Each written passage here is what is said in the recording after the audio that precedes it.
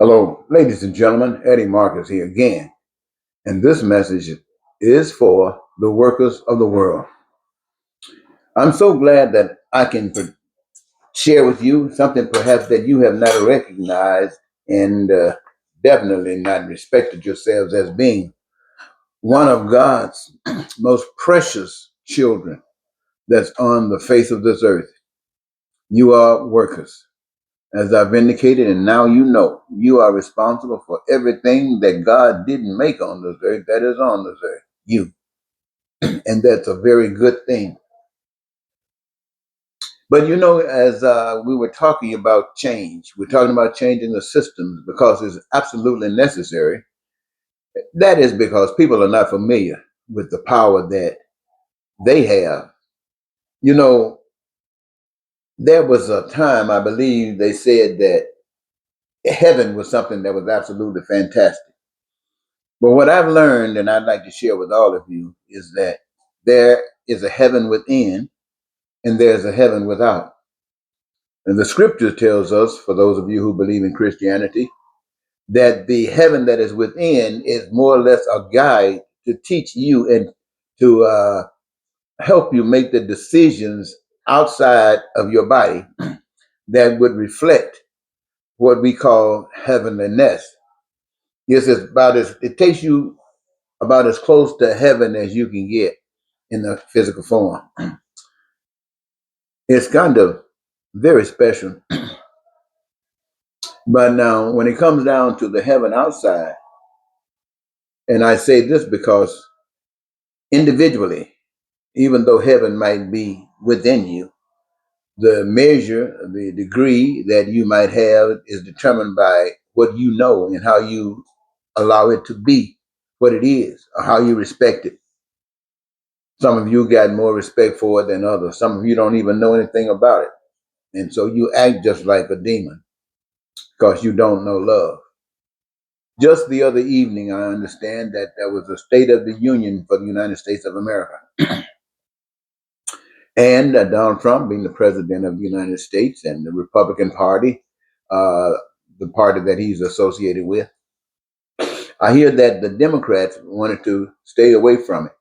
They didn't want to go to the assembly.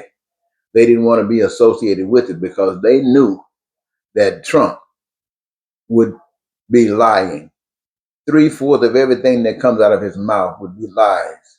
The rest of it would be bragging, which indicates he has no relationship with the truth, no relationship with the heaven that is within, and have no compassion for whatsoever about the heaven that is without.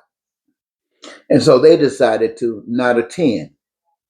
And they had a little get together outside of that, speaking to the people of America and to the people of the world that would be listening to see what they had to say. And so it is. But it authorizes me to say to you today how important it is that you have the ability to exercise your gifts. You see, it as I mentioned to you before, and I mentioned to you again, it doesn't matter whether your job or your career is to dig ditches, or whether it's to clean toilets, or whether it's to build high rise. It does not make a difference. It's a career that you have been given, and it is as important as any, and is not any less important. In fact, I say it's as beautiful as the head is to the tail. They are both needed. And I'm saying this to you, ladies and gentlemen, because you who heard Donald Trump last night, there's no heaven in anything that he says. It's all about evil. It's all about ugliness. And can you admit how shameful it is that the Republican Party, whether they say they are Christians or not, was sitting there applauding, his cabinet sitting there applauding, the Supreme Court perhaps sitting there doing likewise, his Department of Justice that were there, whether it's the FBI, CIA, or whatever, Secret Service, were there applauding, especially if they were Republicans. They were definitely there. I'm sure some maybe didn't come, but for the most part, that's what they were doing. Sitting there lying to the American people, lying to the world, and celebrating it. Now, those on the outside, the Democrats and others, they decided they did not want to be associated with those particular lies, but they themselves, what kind of Christianity do they know? What kind of Christianity is real with them? You have to understand that black people in America have been slaves ever since they've been here. And they haven't gotten out of it, though they've changed the name of its presentation. It still exists. They just weren't to that degree of evil. They didn't want to lie when they know that everybody else knows the truth. So they wanted to stand up and make a difference between that. So when you see Trump's lies, that's as big as it goes, and you see others' lies a little bit weaker. Now, how they're going to be treated by God, I have no idea. But I do know this: the heaven that is without, to qualify for it, means that you allow the heaven that is within you to be so represented on the outside of you that all of the evilness that people like Trump, people like MAGA, people like the Republican Party, and so on and so forth, they can't stand the truth. They can't stand the heavenliness in you, because that heavenliness is so against what they represent until they will actually take your life. And this is what the message of Jesus Christ, for those of you who believe in Jesus Christ, was on that cross.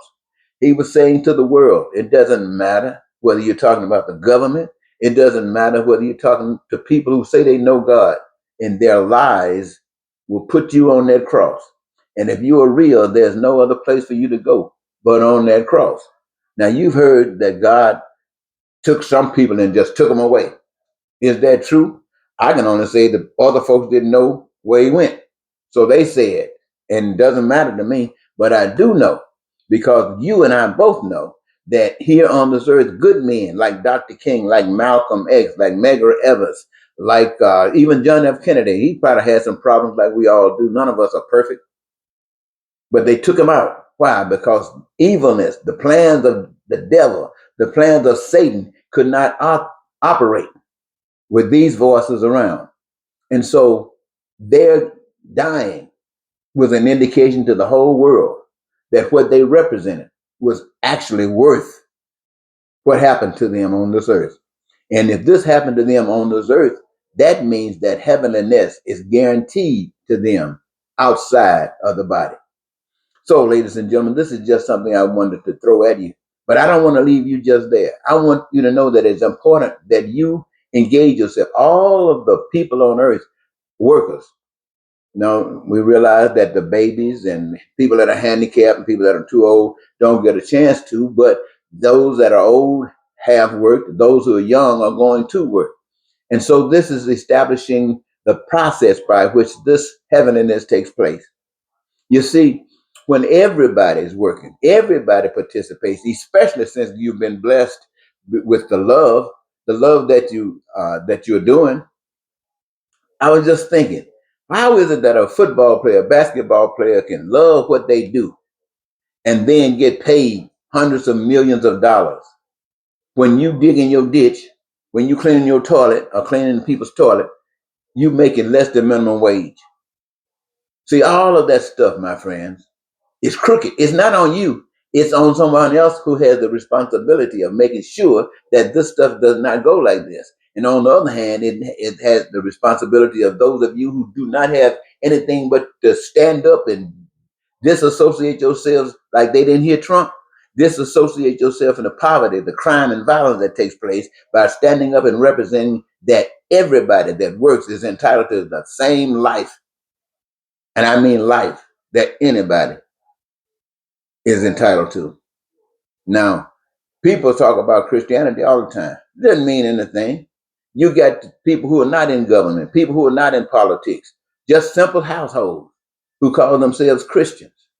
Go to church every time they get a chance to, read their Bibles every time. And some of the most hateful people that you can ever imagine. They are people, spouses. There are spouses who are filled with envy, filled with devilishness, can't stand one another and call themselves Christians, can't forgive one another and call themselves Christians. If they got an upper hand on the other one, they will exercise that upper hand and cause pain and suffering and don't care. Now, what's the difference between that one and Trump? They're the same thing. This is why it's so essential that you who are the workers, you make the resources, the goods and services, you make those things that are to be available that make allow their needs, their wants, and their desires to be met. You make the things, and as you engage yourself in these things, it allows you to be in peace and be prosperous and free and joyous and happy, fulfilled, satisfied, and live the life rather than dream about the life. And it all comes down to making sure that those things that you need, one desire met: food, clothing, shelter, education, healthcare. All of these things are the result of resources that the Heavenly Father have given you to utilize so that your needs, wants, and desires can be met. And you let some turkey, some lying demon come along like Trump, like Putin, like this guy over there in a so-called fake Israel, over there bombing Gaza, killing these babies. For what? Trying to say that you are superior to them, that you should have what they don't, what you don't think they should have. Same thing. And look in Ukraine, Russia bombing them up. Trump over here trying to make sure he can get into Iran. All of this evilness, all of this hellishness, just running all over the world because they don't have any direction and as ignorant as they can possibly be. And we who sit up and watch this stuff happen are just as ignorant as they are. And I tell you, ladies and gentlemen, I say these things to you. I qualify to say these things to you because ain't no shame in my game. Some people get pissed off when I say no shame in my game. But why ain't no shame in my game? Because I'll admit it. I tell you that I've been working for the devil most of my entire life.